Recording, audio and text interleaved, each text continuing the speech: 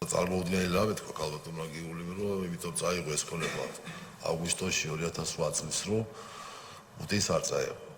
დავით გურგენიძე 2006-2008 წლებში ტექნიკური უნივერსიტეტის ირგვლივ განვითარებულ მოვლენებს იხსენებს და ამ მოვლენებში გიული ალასანიას როლზე მიუთითებს. უნივერსიტეტის რექტორის თქმით, საუბარია 22,000 კვადრატულ მეტრ ფართზე, რომელიც მიხეილ სააკაშვილმა საკუთარ დედას საჩუქრად გადასცა.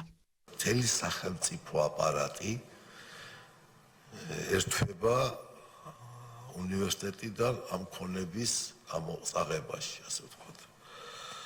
იქ ამ ცენტრის ბაზაზე ყალიბდება შეკუს საქართველოს უნივერსიტეტი და საქართველოს ტექნიკური უნივერსიტეტი, რომელიც ფლობდა უდიდეს ქონებას ყოველგვარი უნივერსიტეტის საბუთის გარეშე. მთავრობის გადაწყვეტილებით გადის უნივერსიტეტს ჩამოერთვა და უბრუნდება უკან ეს ქონება, არავინ არ ეკითხება არც აკადემიურ საბჭოს, არც წარმომადგენლობის საბჭოს, არც რექტორს. უნივერსიტეტმა აიღო კრედიტი, აღნაგობის უფლებით იყო ცალკე ჩამოყალიბებულად სტადიონი, რომელიც ჩვენს ტერიტორიაზეა.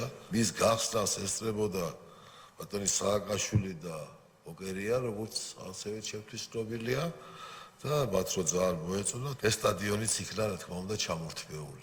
სხდომა უნივერსიტეტის კანცლერის მოსმენით გაგრძელდა. კარლო კოპალიანმა საგამოძიებო კომისიას უთხრა, რომ ქონება, რომელიც ალასანიამ ხელში ჩაიგდო, დღევანდელი შეფასებით 100 მილიონზე მეტის იყო. ეს არც ერთი პროფესორი მით უმეტეს არ მოგცევია ესე, როგორც მოექცა ქალბატონი ალასანია. გახსნა რამოდენიმე აუდიტორიანი ცენტრი და შემდგომ წაიღო უნივერსიტეტის თითქმის ნახევარი ქონება. იყო ერთი ეს ეკონომიკის მინისტრი ბატონი ბენდუგიძე, რომელიც საკუთარი ნაბიჯებით ზომავდა ტექნიკური უნივერსიტეტების ფართობებს. რომი გაეყიდა და რაღაც სასტუმროები გაეკეთებინა.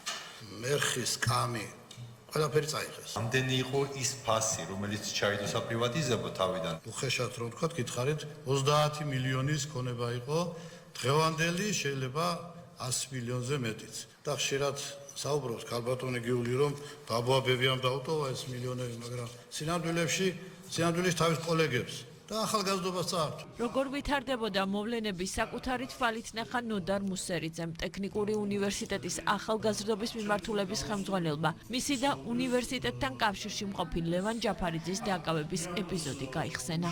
დაგვაკავეს მიზეზი რა გვითხრეს, რომ 2007-ში ჩატარდა რაღაც პრივატიზაცია, სადაც ჩვენ ვითომ ინტერესი გქონდა, არასწორად ჩატარდა და 2008-ში დაგვიჭირეს 1 წლის შემდეგ. მე უნდა მუხლებს ეს მუხლი. ხო, გავიგე მეთქი ეს და მე რა შუაში ვარ მეთქი. მე უნდა რომ სად მუშაობდიო? მეუთხარი გპ-ში. ხო, ეხლა სად მუშაობო? CSGO-ში. ხო ხვდები, აი სიტყვით მე ხო ხვდები, რატოც გიჭერთო. ფაქტობრივად 2-3 თვე მომიწია იყოფნა.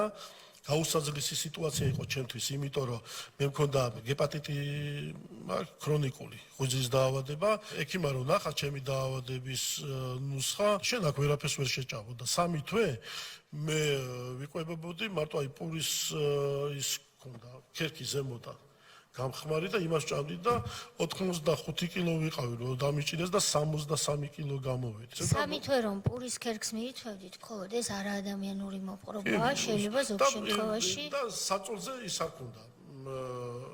ის მატრასი ისეთი მოკლედ. კინებზე იწეკით. ფაქტიურად სახელმწიფო ქონების მითვისების საქმეზე საგამოძიებო კომისიას სავარაუდოდ კიდევ ბევრი ისტორიის მოსმენა მოუწევს. კომისია მუშაობას 5 ივნისამდე გააგრძელებს.